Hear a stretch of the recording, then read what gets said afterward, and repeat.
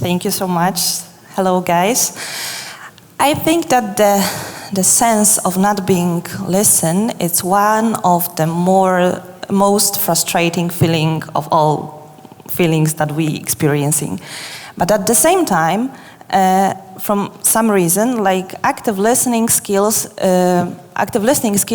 is not perceived as something that is worth practicing, even though, for example, we should practice our reading skills, our writing skills, and so on. So maybe let's take a step back and take a look, a quick receipt, what is the active listening.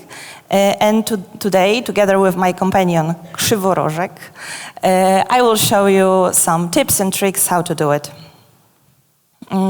So at first, a couple words about me. I'm Natalia. Currently, I'm working as a QA engineer at Brainly. After hours, I'm a bit maybe passionate, maybe not fully passionate about planning trips, dancing, not always in the point shoes, and perfume industry. So, as we are speaking about like active listening receipt, let's take a look at key ingredients and what we will need within that topic. We will start from the pinch of definitions, what actually the active listening is. We will explain them a bit because one owns sometime make a taste a little bit better. Then we will add a few caps and tricks of what are the active listening techniques, how we can use it, train it on a daily basis. And after all of that, we will add a few spoons of its effect of other soft skills that we can develop. So step one, let's again understand what actually active listening is and what we mean by that. Active listening contains three core elements. The first one, if you want to listen actively, is to comprehend, which means basically understanding what the speaker is or speakers are saying to us. The second core element is retaining, basically, which means you have to memorize what actually has been said. And the third is responding, so answering to confirm you actually understand what has been said. At first, sounds pretty obvious, pretty easy, but let's take a closer look at this. When it comes to comprehending, basically it takes place, like in most cases, unconsciously. You are actually, or we basically all, taking most of the knowledge among the various topics by listening, simply by listening. Depends on our current knowledge. It may happen via top-down or bottom-up listening strategies, which means that if you are aware of the particular topic and listen from top-down stuff, it means it's similar to like building or upgrading the tower of the bricks that you already knew something. You are adding those factors to what you already know.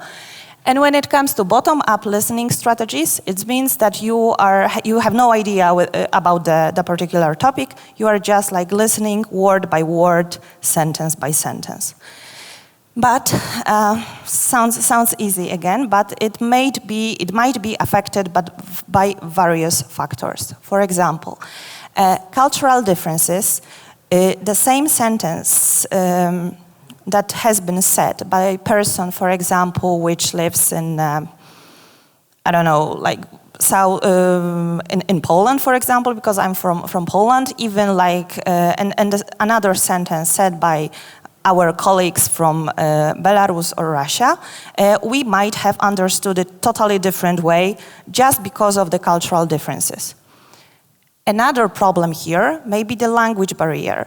So, again, if you are saying something in a super technical, super posh, advanced example English, you might not always be understood by others. If you are using the most common, simple language without jargon, without any dialect stuff, it's most probable that what you have said will be understood and memorized. And also we can add here a couple of differences between individual peoples. Like, for example, age, it might be a social rank, way of speaking and types of personality. For example, I'm a quite open person and I tend to speak a lot, especially when I'm stressed, which means that people who are like more to the point have problems with understanding what I actually want to say to them. Same with retaining. If we are, again, as I mentioned before, the totally same statement might be understood absolutely different compared to speaker and the receiver. Usually, if you are saying something which the other person, the receiver of your message, can connect with their personal experience, it's most probable that they will memorize what actually you are saying, what you want to say. But still, as previously, it also might be affected by various stuff. For example, cognitive biases. If you are not aware that you are biased, some sentence that you have heard may even make your bias stronger. So you won't get the proper understanding of the proper intention of the speaker. Same with distractions, so it might be like playing with the phone, some noise in the background, absolutely various stuff that may happen in between. And also here we have some memory issues. So for example, when you are an elderly person, have problem with memory, such dementia, and any other like directly related to the health problem with your memory. And when it comes to responding, ideally it should present what has been said, but the clue here is to respond what actually has been said, not what we've understood that has been said. Because like our understanding versus intention of the speaker might be totally different reason, totally different goal, purpose, theme, whatever. While responding to the message, it's worth to take care and also have in mind both verbal and non-verbal ways of communication. So when you see a person or you want to answer to person's message, also take care of the way how do you respond. Not only, I'm not meant here only words that you are saying, but also like the whole body attitude and what you are actually present to the speaker. And also, like, responding also can be affected by various stuff. For example, that the most common problem here, it's conversational narcissism.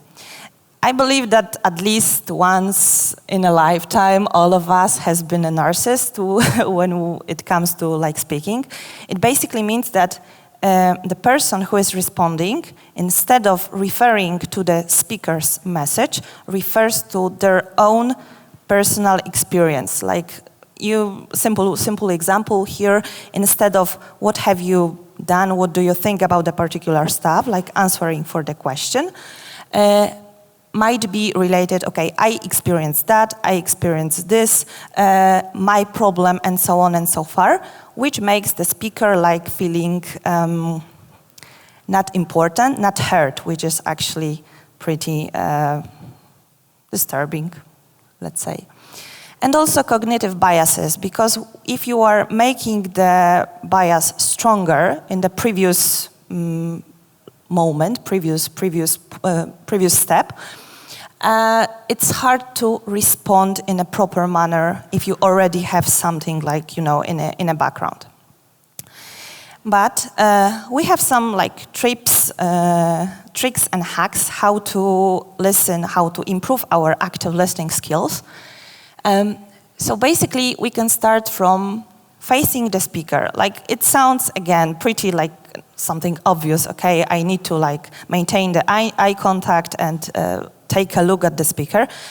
But actually, it matters more than you can think. For example, when you have a discussion and you want to solve some conflict with your colleague, with your manager, it makes the difference whether the person who are you speaking with, it's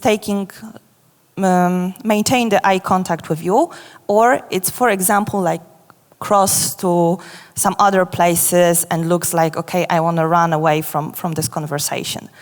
It also affects the online meetings, for example. Like many of us probably have the two screens, two monitors, and it's worth to remember that when you are speaking with someone or you are on call, just take a look directly into the camera, not where you actually have the meeting presented or displayed. While facing the speaker, it's also worth to remember of mirroring speaker's feelings. I, again, am aware that some of those trips that I'm presenting now, and I will present in a moment, may sound a bit like uncomfortable when it comes to like, okay, fulfilling all over again, all of them at the same time. But if you show you're interesting, you are nodding occasionally, or you have like interesting, you showing by your face, for example, that you are interested in what has been said, it again makes the difference and builds the trust from the speaker's side when it comes to like sharing some uncomfortable issues or providing a feedback when you are, for example, a manager and working or has to have a tough conversation with your teammate. Another technique that helps building or improving active listening skills is paraphrasing. And again, it sounds a bit obvious, but when you are paraphrasing what has been said, it somehow maintain your focus on particular speaker. So you are not actually somewhere like in a seventh heaven with your mind and with your thoughts, but actually are focusing on the theme of the discussion. It's pretty similar to another technique, which is reflect and clarify, but there is a subtle difference here. If you are paraphrasing, you are just changing the order of the sentence. When you are reflecting and clarifying, you are actually making sure whether you have understood what has been said there. Another technique, again, is paying attention to the body language. And by paying this attention, I mean not only on the speaker's body language, but also on your as a receiver of the message. I showed you already the example with like taking back, but also some stuff like you are taking somewhere like down when you are answering or speaking, or having crossed hands sometimes might be understood as even something offensive. Depends on the topic of the conversation. If possible, try to limit the distraction when you want to improve your active listening skills. It might be like even using the phone or some noise again in the background. If you have problems with staying focused during the discussion, during the lecture, whatever, you can make notes. But again, be aware here, because like if you are making notes in a too detailed way, sometimes you can like lose this focus and forget about the core of the message, the sense of what the speaker wants to tell you.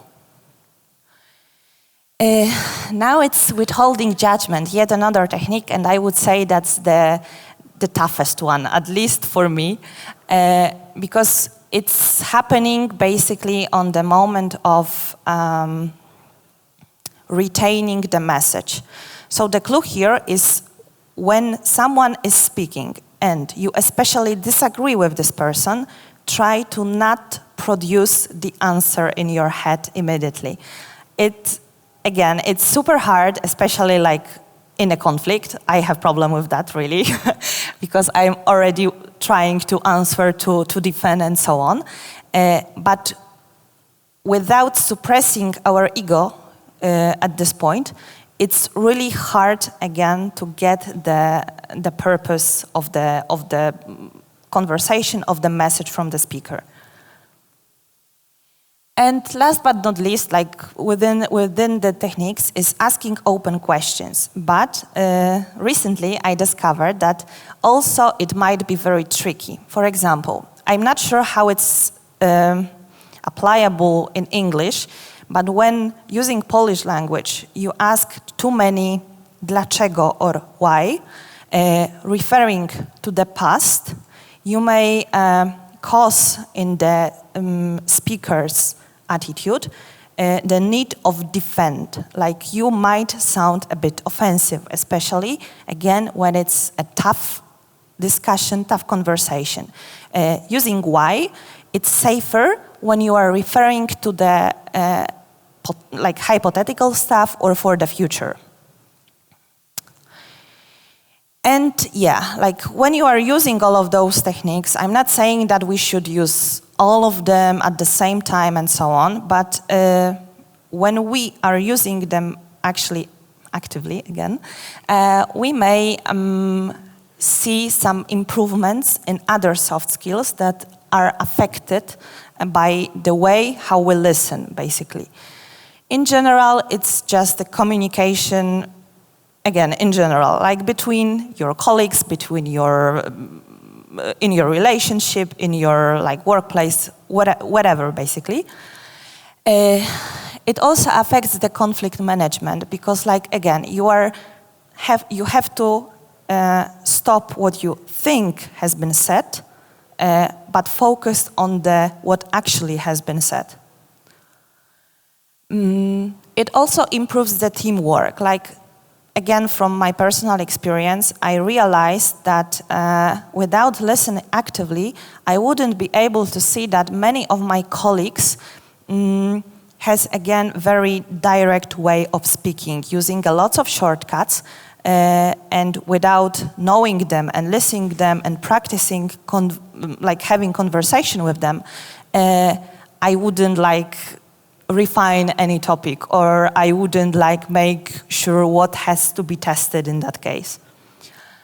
It also, like active listening, it also improves your empathy. And again, I'm aware that some of us may feel a bit more comfortable when it comes to like soft skills, process-related stuff, and so on. But still, it's something that you can practice and you can train where you can train yourself, even though you shouldn't be like virtuoso or something when it comes to soft skills. It also improves the adaptability. You don't have to be scared of like communicated changes, for example, within the organization. If you are actually wants to get the purpose, asking question, and so on and so forth, it's better to ask than assume something, scare, and like having problem on your, like within your own. I forgot how to say it properly, but hope you get what I wanted to say. And also, you won't be a good leader if you don't listen to your team, to your people. Again, I'm aware that all of those soft skills are quite cross-related to each other. So basically, when you are developing the one, you are also improving the another one. But I would say that, maybe not I would, it's my like personal list and where I see pros of training myself in active listening. And it's up to you basically which kind of soft skills you want to develop. And yeah, like before the lunch, let's grab the key takeaways here. So what I want you to remember after my quick speech is that the active listening contains 3 core elements: comprehending, retaining, and responding. if you want to practice active listening, at first just try to build your awareness within this topic, within barriers in communication in general, but also within the barriers or problems with communication that you have on your own, because each of us are different, and again, personalities also matter here. And practice. The more you do it, the more comfortable you will feel. You don't have to treat these tips and tricks that I provided like a must-have. Okay, I need to have check. I did this, I did that, and so on.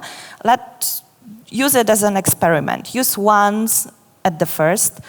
Then for some time you will feel more natural with that. Then you can try another one.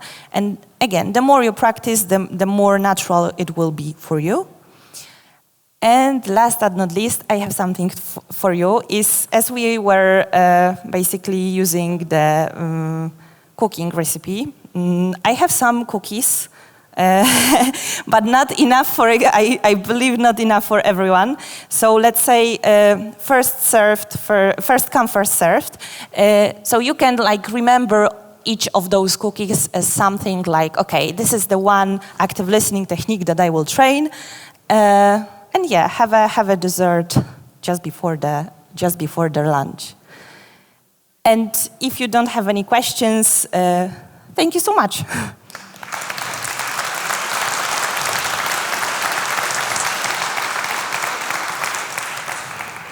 Thank you, Natalia. Probably we have questions. I already see one raised hand.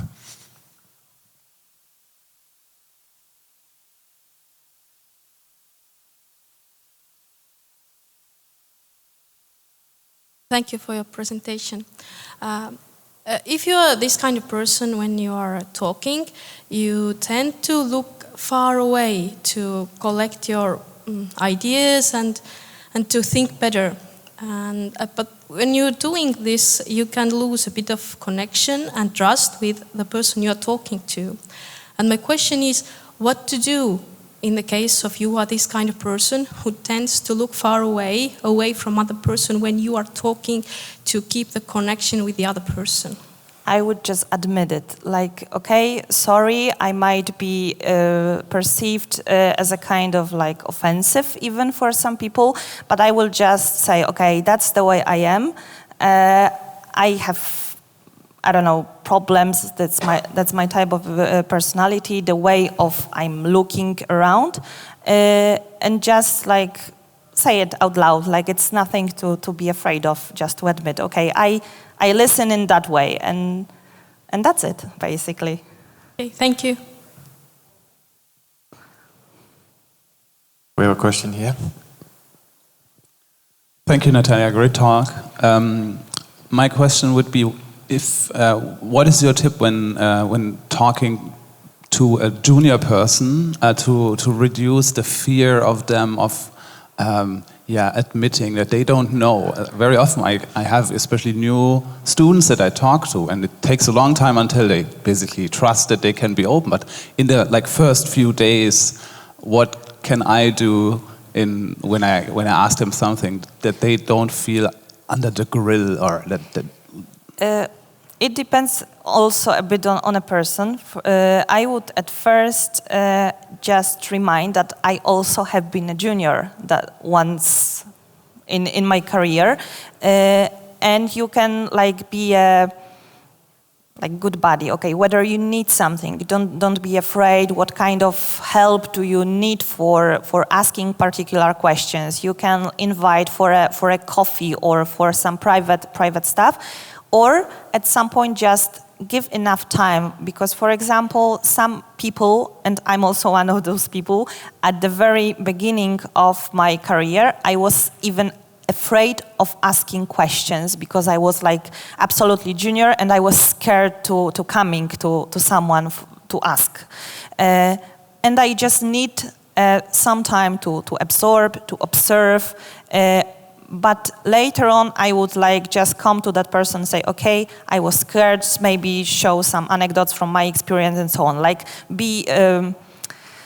be more real or more affordable for that person, not only treat it as a super high-level manager and so on, specialist. Like just show the normal face, let's say. Thank you very much. I'm so bad at mirroring. I very often see that a person has a fear, but I don't know how to react in a good way to that. So thank you very much. You can always say it out loud. I think that I think, or I would say that you are scared or terrified. Is everything all right, or maybe you need something? If you see something or suppose that the person is scared, you can always ask about it. You don't have to focus on yourself how to react by your body, but simply also you can always ask questions.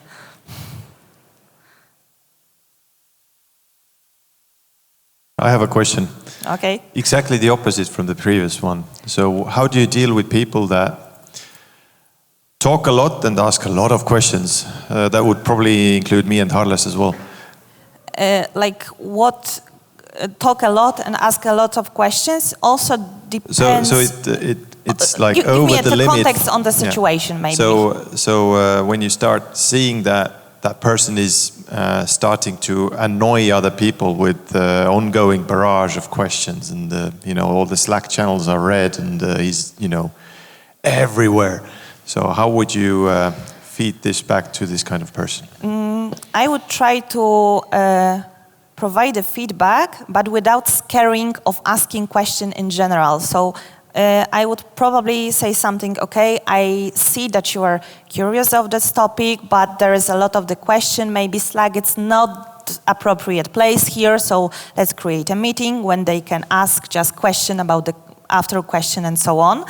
And for example, just to avoid such situation, and when those questions are referring to pretty complicated topic, you can always prepare a meeting notes with those questions or create a FAQ for others just to share the knowledge and not answering those questions all over again. But also it depends on the topic, whether it's something soft skill related, leadership, or simply the meat of some tech stuff. Again, it all depends. It's hard to provide a one good answer here. Okay, thank you. Anyone else? Oh, there is. Hi, thank you very much. I was wondering what's your opinion on the fact that you can be more open to receive critics in a bad way. Maybe you receive something as being hurt and being okay with that, compared to the other having to adjust to being more soft and always try to calm down. I'm not sure if I fully get your question. Could you elaborate a bit? Yeah. Sorry. So let's say, for example, a pull request. You're reviewing someone's code, and you could say it very objectively, okay, I see this, I see that. But the other person might receive that as something very harsh, so to speak. So you can also say maybe you shouldn't do it in this way, maybe you should try it in this way, or have you tried this, or there's also this thing, you can try it out. And there's so many ways to go about this.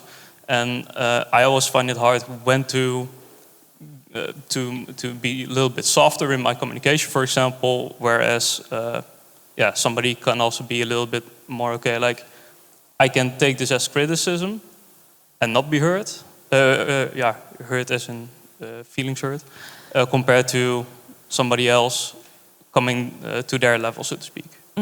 I would say that when providing a feedback, in that case for PR, it always matters how the message or the question might be seen by the speaker, but also you should ask or provide this feedback in a way you feel comfortable with. So if you have a feeling that it might be offensive for that person, just write it down or ask, okay, I see it here, but you can always reach with a link via Slack. Okay, I post this comment and this, I meant that. If you have any questions, doubts, or it sounds unclear in some way for you, we can always discuss it later. So again, it requires a bit flexibility in that case.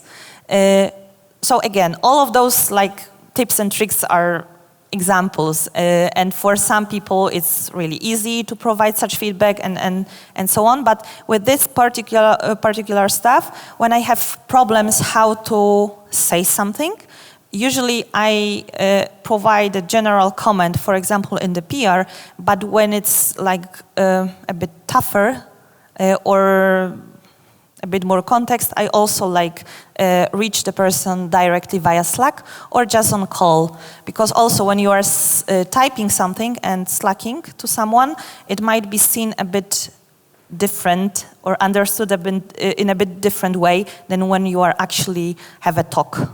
And that's especially a little bit of the hard part where not everybody likes that personal confrontation as well. So to speak, if you directly call somebody, not everybody likes that. So. Yes, but I would say if you are in a teamwork, again, you don't have to be a fan of personal confrontation, but from my perspective, and that's the thing that I've learned within my whole career, not so long, but still, if you want to call yourself as a senior, you should be aware both on technical but also on soft skill stuff. So you cannot just focus on the one area because like seniority and maturity from as you as a QA specialist requires like balance within both of those stuff. So if you you don't like personal like confrontation. I, for example, hate calling to make an arrangement and organize some stuff. I need to overcome and again like expand my comfort zone here. Thank you very much. You're welcome.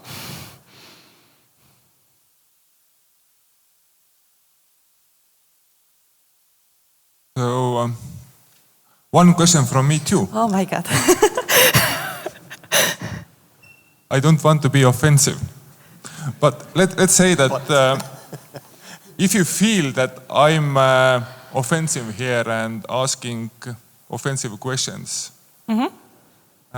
what actually is the best way to act on the stage if there is so a big audience?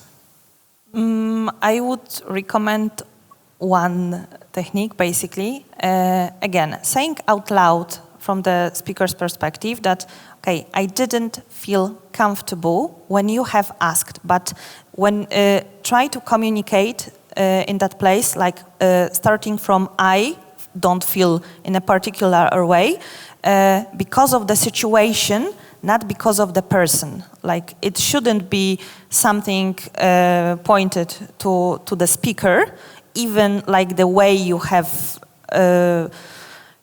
they ask the questions might be perceived as offensive because like you are referring to the situation, not to the person. So for me, that's the only way. If you are feeling like in front of the people, I also would recommend not providing this type of constructive feedback on stage in public, but in private conversation or even in a message. Maybe even after a while when your emotions are okay. I didn't like that, just a message for you, like no big deal, but let's just not do this anymore, or try not to ask those questions for another speakers in that example, for example. Thank you. So the positive consultancy later one-to-one is better than like showing your emotions right away on the stage. Yeah, like for example on a stage when I feel not fully comfortable, I would again admit it. For me, I'm always like stressed when I some presentation to perform and so on. But it's nothing bad that you are actually stressed. But it's good to be aware of that, because when you are stressed, you may see some messages, situation in a bit different way. Because like, okay, I'm not like fully calm, and my perception may be disturbed by this. So in that case, I would recommend going, okay, you said that, I didn't like this, please don't do it anymore. I'm not like angry, but I felt in that particular moment not so much. But again, referring to the situation, not to the person. Thank you. So we have time for some more questions.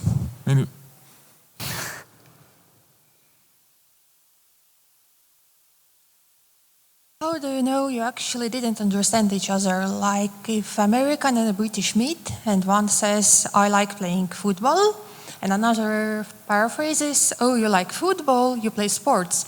Yes, and now they're thinking about different sports. One is playing football, another with feet, and another with hands. Britain and America. Oh, yeah. So how do they know they didn't actually get each other? Ask specifically, for example, about the team or some other question when what you actually mean by football or which one exactly to specify. Like paraphrasing doesn't mean that you paraphrase once and just stopped. Sorry? There is a continuity of the question, but I don't hear.